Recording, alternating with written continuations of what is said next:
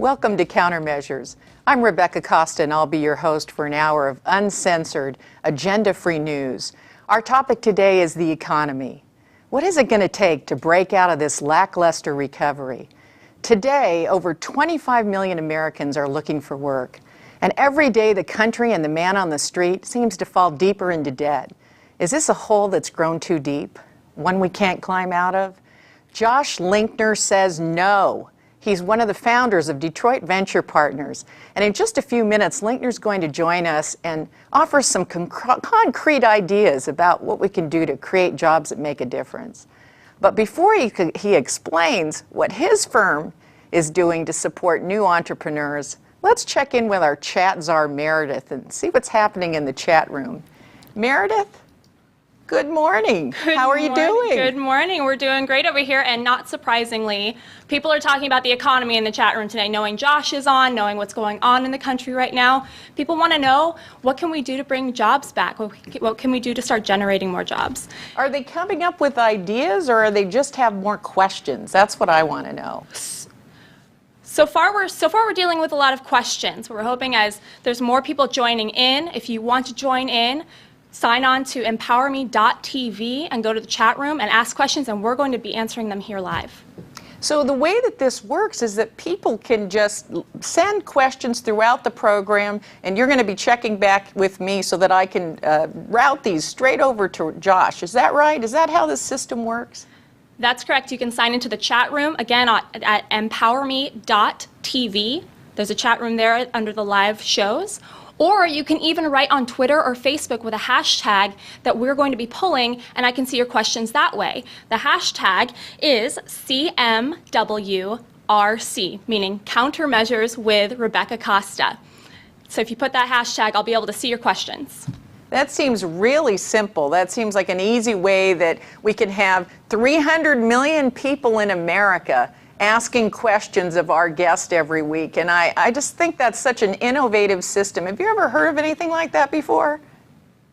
We are really on the cutting edge of being able to have conversations happening on live TV, but being able to incorporate people and their questions at the same time. So I think we're doing something pretty innovative, Rebecca.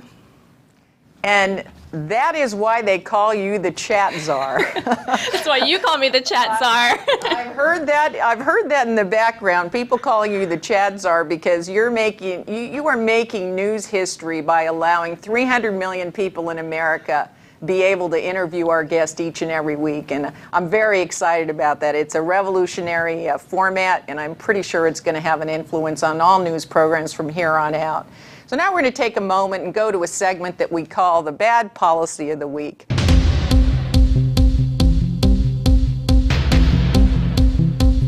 Government officials everywhere must take a course in evolutionary biology.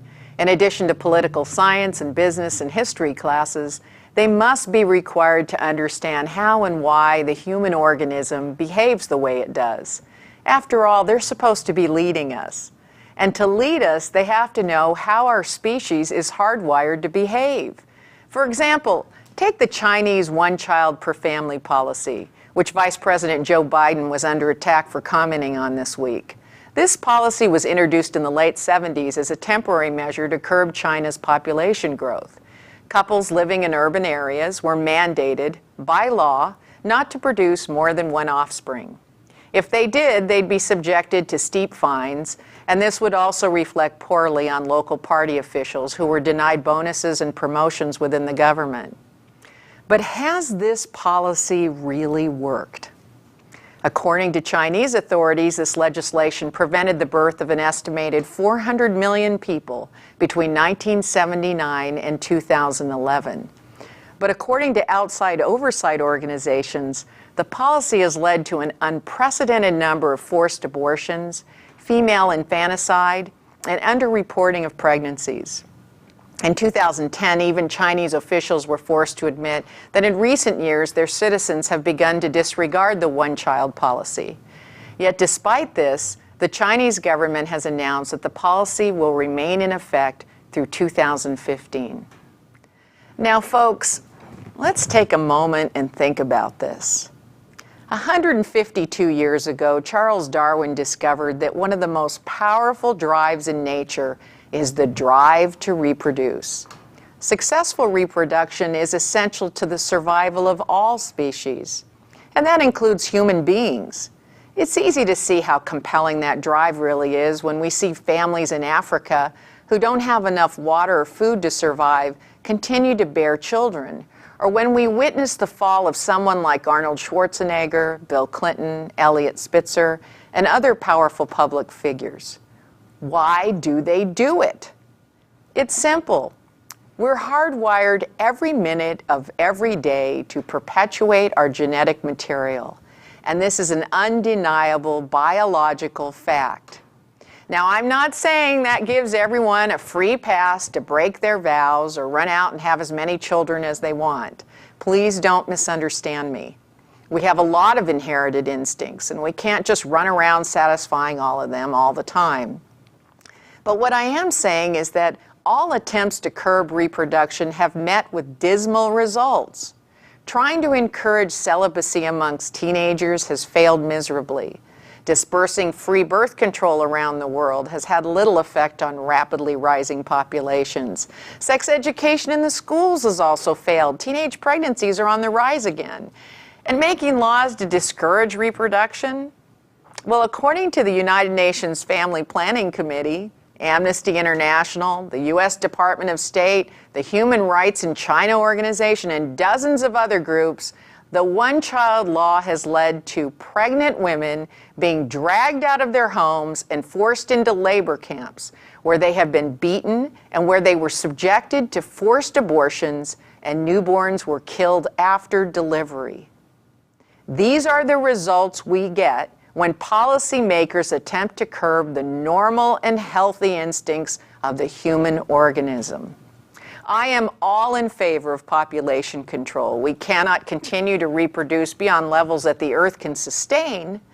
But before legislating against a genetically programmed drive such as reproduction, policymakers would do well to understand that all living organisms are driven to perpetuate. And while we'll never be successful in curbing that essential drive, we have the technology to prevent the unintended consequences of it. Rather than punish the outcome of sexual activity, the Chinese government would be far better off initiating programs which provide free access to safe and voluntary sterilization, a solution that's easy to implement and more likely to produce the desired results than the brutal enforcement of the current one-child policy. And that's my bad policy of the week. If you have comments about this week's bad policy, visit our website at www.RebeccaCosta.com. There's a place on the contact page to send us your comments and questions, and we respond to every one of them, so keep your remarks coming. Next up, Mr. Josh Linkner from Detroit Venture Partners will be here to talk about what we must do to create the kinds of jobs that matter to the economy.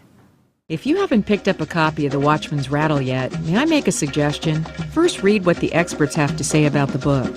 Go to www.RebeccaCosta.com, where you'll find reviews written by game changers such as Sir Richard Branson, Trudy Styler, Tina Brown, Donald Trump, Senator Bill Bradley, and two-time Pulitzer Prize winner Dr. Edward O. Wilson. The Watchman's Rattle was recently named the top science book of 2010 by the American Library Journal. Over 50 reviews and articles from experts at the New York Times, Inc. magazine, CNN's Larry King Live, the Huffington Post, and the San Jose Mercury News are also available on the website. If you haven't picked up your copy of The Watchman's Rattle, a page-turner that spells out why governments, experts, and leaders have become gridlocked and can no longer solve our most dangerous problems, don't wait. Read what the critics have to say. Order your first edition copy today. Available at bookstores everywhere and Amazon.com. Josh Linkner was 13 when he began playing jazz professionally. He's still improvising today, but not only in smoky jazz clubs. An early internet visionary, Josh started 4 companies and sold 3 of them before he was 30, including one of the first web marketing agencies, Global Link New Media, in 1995. Welcome back to CounterMeasures. My guest today is Josh Linkner, one of the founders of Detroit Venture Partners, and I believe that we have him on a Skype call. Is that right? Happy to be here. It's so great to see you, Josh. I've been really looking forward to having this conversation with you because I know that this is the time when people are very concerned about jobs in this country, and I've listened to a lot of people make proposals, and you know, they just don't seem to be able to get off the ground. And there's something that you're doing at Detroit Venture Partners that's different from other venture capital firms and other programs that, particularly public programs. And I was hoping that you could let us in on your little secret. Well, sure. So at Detroit Venture Partners, we are committed to helping to rebuild the city of Detroit through entrepreneurial fire. And so what we're doing is we're investing in seed and early stage technology companies with the hopes of not only creating jobs, but creating urban density and hope. And it's been a real privilege so far to be investing here in our hometown, and we're very optimistic about the impact that it will make on the city and the region. Now, your particular approach differs because you feel that creativity is an essential ingredient for competitiveness, and I think that sometimes we forget about that. That word creativity sounds kind of like a squishy word, but I know that you've written this book recently called Disciplined Dreaming. I was really impressed by the book enough that I wanted to bring you on the show as soon as we could. This represents a competitive difference as far as you're concerned. Can you talk a little bit about that? Sure. You know, many of the advantages of the past have largely become commoditized. You know, we can no longer control information or geography or low costs the way we used to. So what's happened in this arms race for competitive advantage is that creativity and innovation have truly become the currency of success. One thing can't be outsourced. It's the one thing that is a truly sustainable competitive advantage. The problem is that most individuals and companies don't nurture those skills. Even though we all have enormous creative capacity, we're not necessarily bringing that out in our teams. So I wrote the book to make a difference, to help make the world more creative. And what do you say to companies that say, look, we can't fund a bunch of creative programs? I mean, these are tough times. We're laying workers off. We're trimming back on everything. What do you say to those companies that say, yeah, that might be a great idea, but you know, what are you talking about specifically? What would we have to invest in to be a creative company? Well, first of all, it doesn't require enormous capital investment. That's the good news. But I would say that if you're not, as a leader, investing in your team, irrespective of the size organization that you're in or irrespective of the competitive climate, you're really missing out. Because ultimately, creativity is what carries the day. Creative products and services are the ones that command the highest price tag and the ones that customers flock to. So if a leader is saying to themselves, I can't afford creativity, I would say, can you really afford the consequences of no creativity, which is losing team members, losing competitive advantage, and perhaps even losing the company altogether? And we've seen many, many case studies of that exact same thing happening. And you, in fact, are a case study as well. Maybe you could talk a little bit about your company, which now I think has represented, 90% of the top 100 companies in America. Maybe you could talk about that specific example in terms of how you use creativity to make that company successful. Sure. Well, right out of the gate, when I founded ePrize in 1999, we were different by design.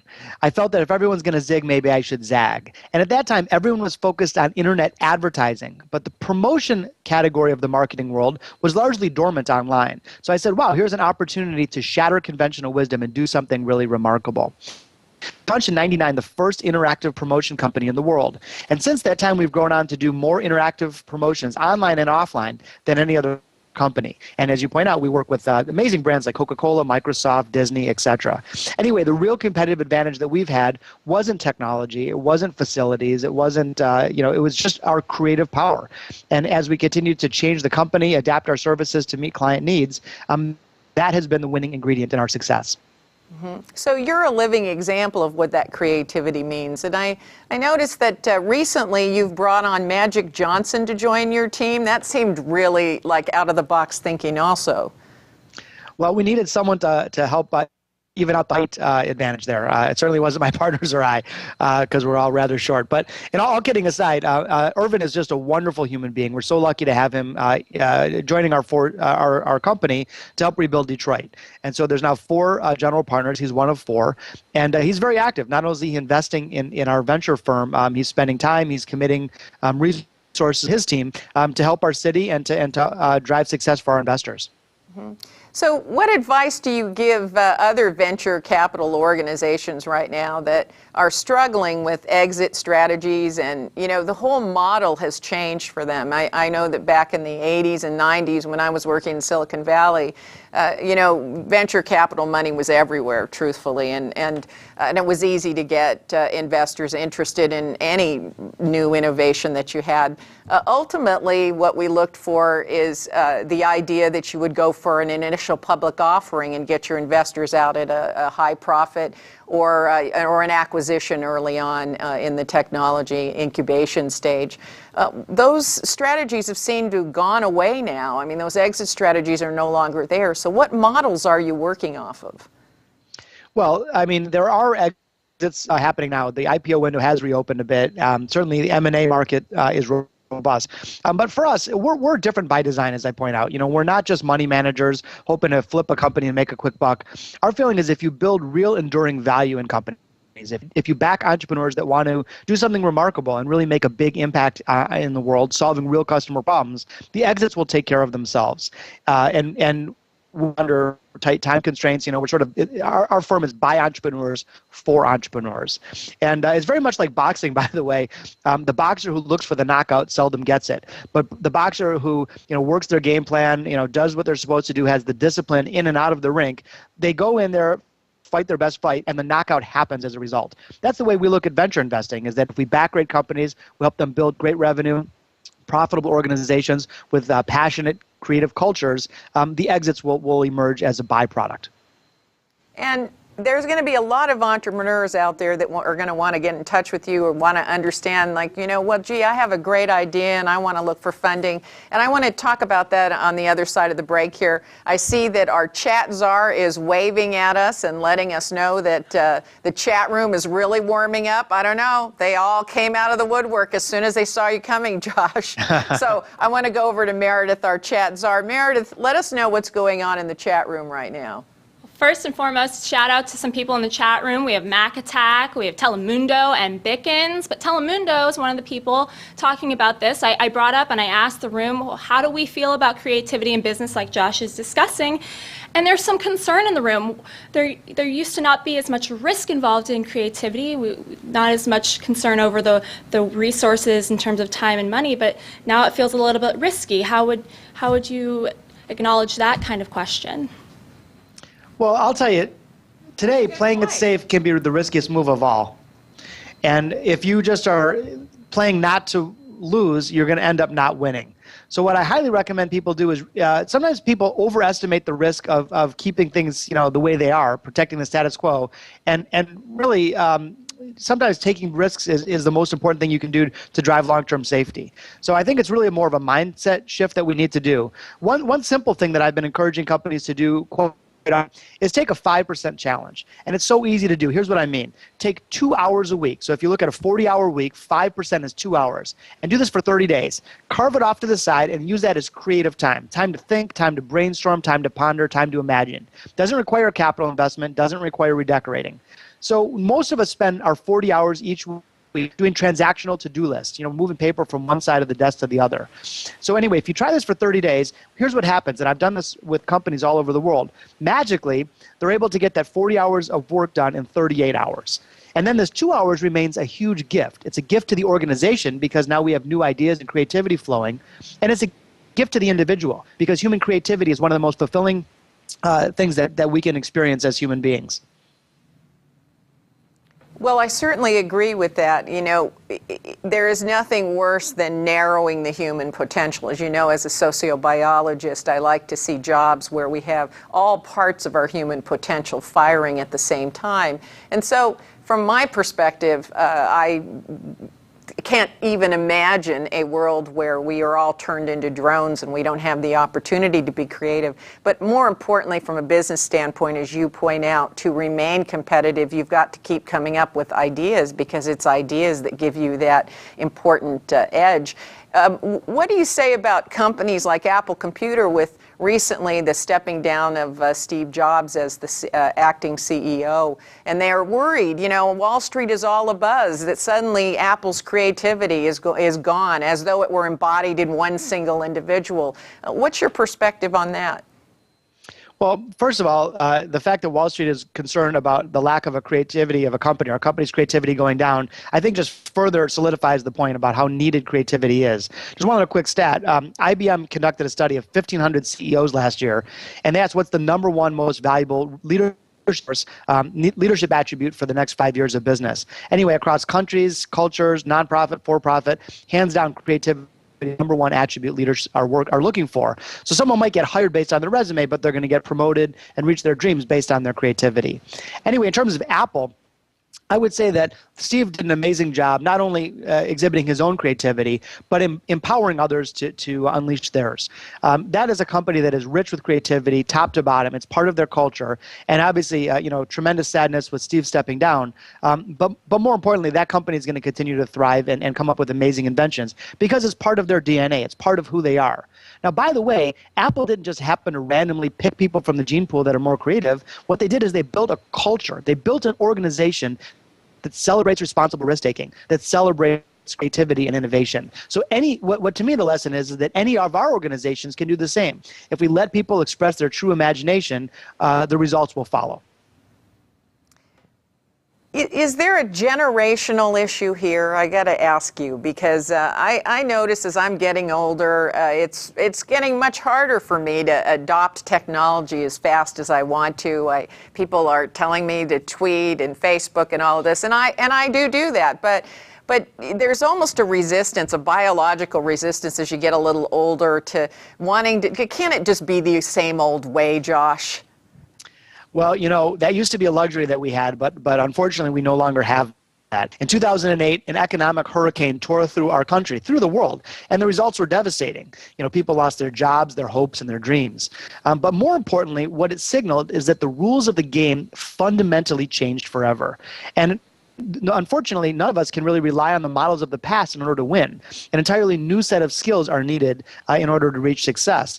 And I would say that nearly every industry today is in the midst of massive upheaval. So I would say that the real word of the day is disrupt or be disrupted.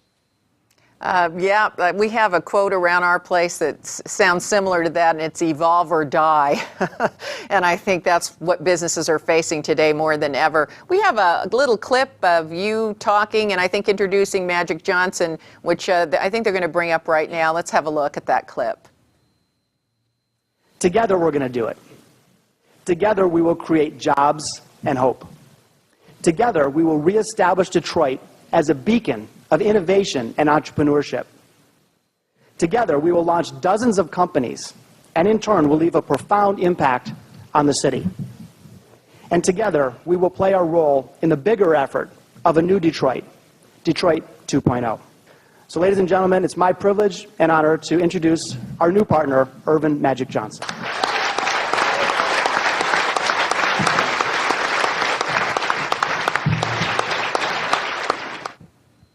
Detroit 2.0. First of all, you picked a heck of a city, which is a city that's endured a lot already.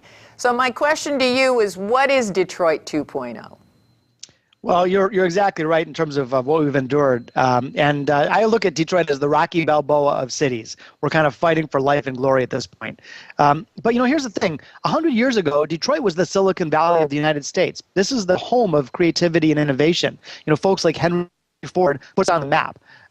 Unfortunately, over the last several decades, we got away from that, and we started to rely on bureaucracy and entitlement and finger pointing and blame.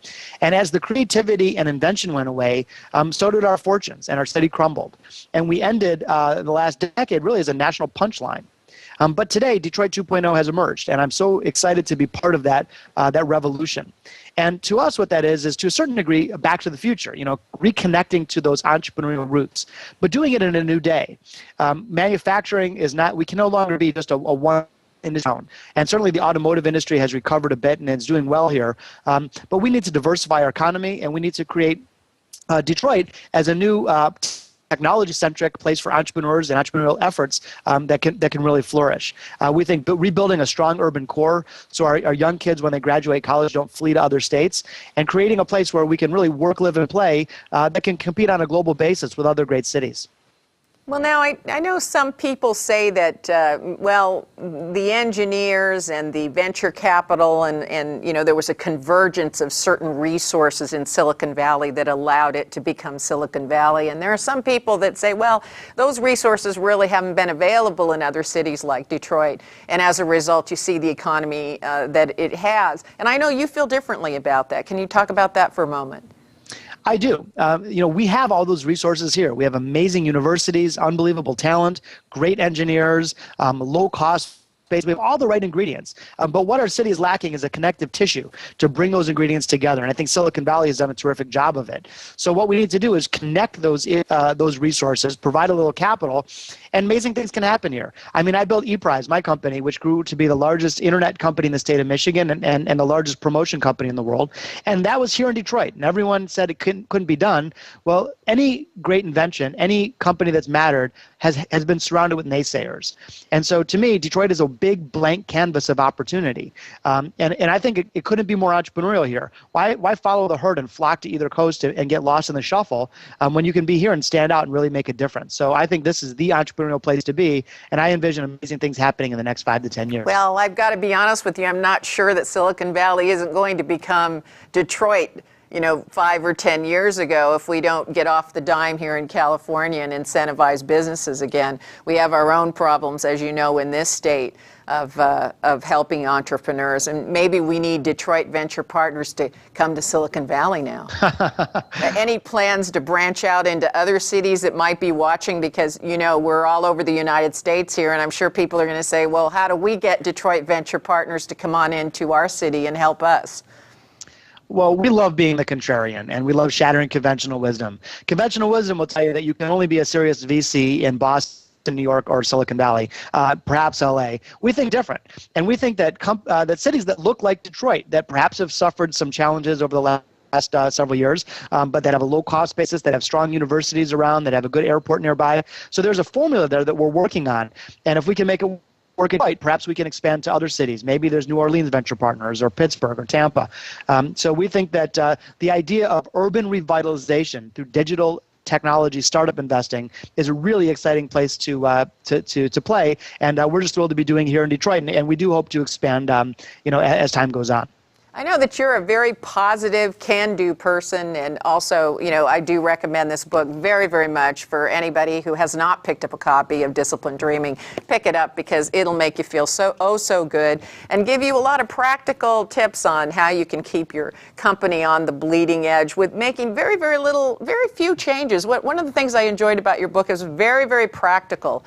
And so many books give you these lofty philosophies, but not very much can-do advice, and I thought the book did a great job of doing that, and I really did enjoy it. But I think that the point that you're making is there's probably the essential ingredients in terms of the expertise and the resources, the colleges, universities, financial resources. Probably every city has those. It's a matter of how they bring them together. I think that was the main point that you were making. Yeah, that's exactly right. And also with Detroit, I think our biggest obstacle really is ourselves to a certain degree. I mean, we've become so down in the dumps, and we're so apologetic for who we aren't. I think it's time that we need to start celebrating who we are and not trying to be the Silicon Valley of the Midwest, being Detroit and being proud to be Detroiters. And so I think if we can, come to a tipping point and get our heads out of the dumps and stop, kind of crush through this slump that we're in and start saying, wait a minute, we have all the talent, we have all the intelligence, we have all the resources at our disposal. It's up to us now to grab onto those and seize the future. Mm-hmm. I agree. So give us a couple of examples of some companies that you've worked with there. Well, we've got some great portfolio investments so far. I'll tell you, just to give you a sense, we launched on November 1st, 2010. Since that time, we've looked at over 500 entrepreneurial pitches. So there's a very robust landscape here. We've made 8 investments so far and have 2 term sheets out that we expect to close within the next 30 days or so. So we are well on pace to do 12 to 15 investments this year. I'm so proud of all of them. It's hard to pick just one, but I'll tell you a couple that are cool. One of them is a company called Are You a Human? Company with a funny name. And what they do is they've reimagined what a CAPTCHA can be. So for those that don't know, a CAPTCHA, when you're filling out a form online, those wavy letters and numbers that you have to type in that everybody hates? That's a CAPTCHA. And what that does is it determines if you're a human being that's trying to fill out this form or if you're a computer bot trying to hack through it. Now, most companies solve this problem by making these things more painful for consumers. They're difficult to read. People get angry at the brand. They leave. So it's really a bad thing that's going on. Not only that, they're not even that secure. They're like only 58% secure on average. So Are You a Human came up with a better way of doing it altogether. It's very creative, in fact. So in place of those squiggly numbers and letters, you see little moving objects. So let's say, for example, it was for a pizza company like Domino's Pizza. You might see green peppers and olives and mushrooms floating around, and it would say something like, drag 3 pepperonis and 2 mushrooms onto the left pizza. Let's say there are 3 pizzas at the bottom of this little rectangle. So by making it a drag and drop game that's moving around, it becomes a fun, brand immersive experience that's very easy for humans to do, but very difficult for computers. So actually what happens is that the accuracy goes up and the pain goes down. So it's just a great invention. They're here in Metro Detroit, and we're thrilled to be backing them. Actually, they're in the city of Detroit, not Metro Detroit. Can we hurry up and get that? Isn't it great? I know. Yeah, because those squirrely letters, and they distort the letters, right? They've got the capital and the lowercase, and then now they have spaces in 2 separate words, and and I don't get the case right, the uppercase and the lowercase right, and it comes back and says, no, you're not a human. Last time I checked, I was. When can we get these new CAPTCHAs? Well, those are in beta right now, and they should be readily available worldwide within a couple months. Talented entrepreneurs came out of the University of Michigan, and here's an example. They had funding offers throughout the country because their idea was so good and they're so strong as entrepreneurs. I believe in Detroit, they would have, like so many before them, fled to another state. We would have lost another great entrepreneur. Today, instead, again, they're here in Detroit. In fact, one of the 2 co-founders lives now in the city of Detroit. So we're hoping to provide capital and resources to keep entrepreneurs like that here in our home state. Well, Josh, I can't tell you what a feel-good program this has been for me, because just talking to you and reading this book gives you such an uplifting feeling at a time when 25 million Americans are out looking for work right now, and it's a tough time, and we're not feeling very positive. In fact, a lot of people that I talk to are very cynical at this moment. They don't see our leaders taking enough action. But it may very well be that companies like Detroit Venture Partners is just going to wind up being the solution. The solution isn't going to come from the top down. It's going to come from the bottom up from organizations like yours. So I just want to thank you for being with us today and for the wonderful work you're doing in Detroit. And we can't wait till you get out here in Silicon Valley and start moving to other cities. We're going to take a moment now and go over to our chat czar, who has been waving at me saying, there's chat all over the internet. Thank you again, Josh, for being with us. Meredith, what do you have for us? Lots of talk about the issues with bureaucracy and how it kills innovation and creativity. So that's what Josh has been fighting against in Detroit.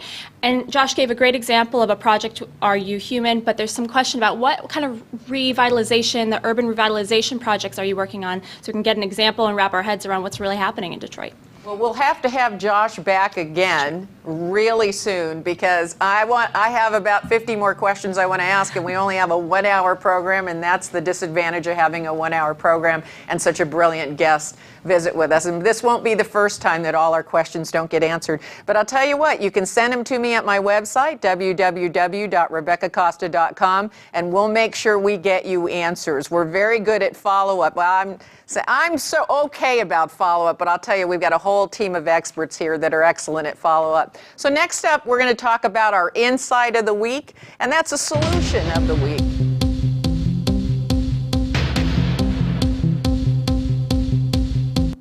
I don't know about you, but sometimes I notice that I have an immediate reflexive reaction to an idea, and it can prevent me from seeing how much sense that idea really makes. And I have to admit that just happened to me recently when I read an article published in USA Today by three-term Senator and Hall of Fame basketball player Bill Bradley. Now, in case you missed the article, it's called How Obama Can Spur Immediate Jobs. In the article, Bradley recommends that the government begin subsidizing 20% of the salaries of any net new jobs that companies are willing to open up. And by net new jobs, he means that a company can't lay off workers and then hire new ones to qualify for the subsidy. Bradley also suggests a couple of simple restrictions on the program. He suggests that subsidies last no more than 1 or 2 years, just to get things going, and that they apply only to salaries under $100,000 a year. The 20% subsidy would be available only for full-time jobs, and then part-time jobs would qualify for a little modest subsidy. Now, like I said, my first reaction was, no, no, no, no. I'm not a big fan of government subsidies in general, but the idea of offering taxpayer money to corporations which are already posting record profits, well, that just didn't sound right to me, not on any level.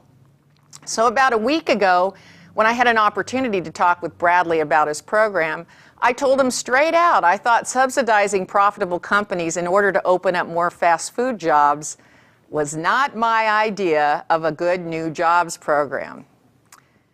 And you know what? I have to admit, the more I listened to him, the more I realized that I was wrong. There are over 25 million people in America today looking for work. And as soon as they find work, these same 25 million people begin paying taxes. The taxes they pay quickly offset most of the 20% subsidy provided to employers to open up new jobs. So instead of using that money to pay unemployment benefits, which doesn't help the economy at all, Bradley is proposing to invest it in new jobs designed to turn people who are out of work into taxpayers. Bradley made the point that if the 20% subsidy was offered on a first-come, first-served basis, millions of jobs would open up overnight.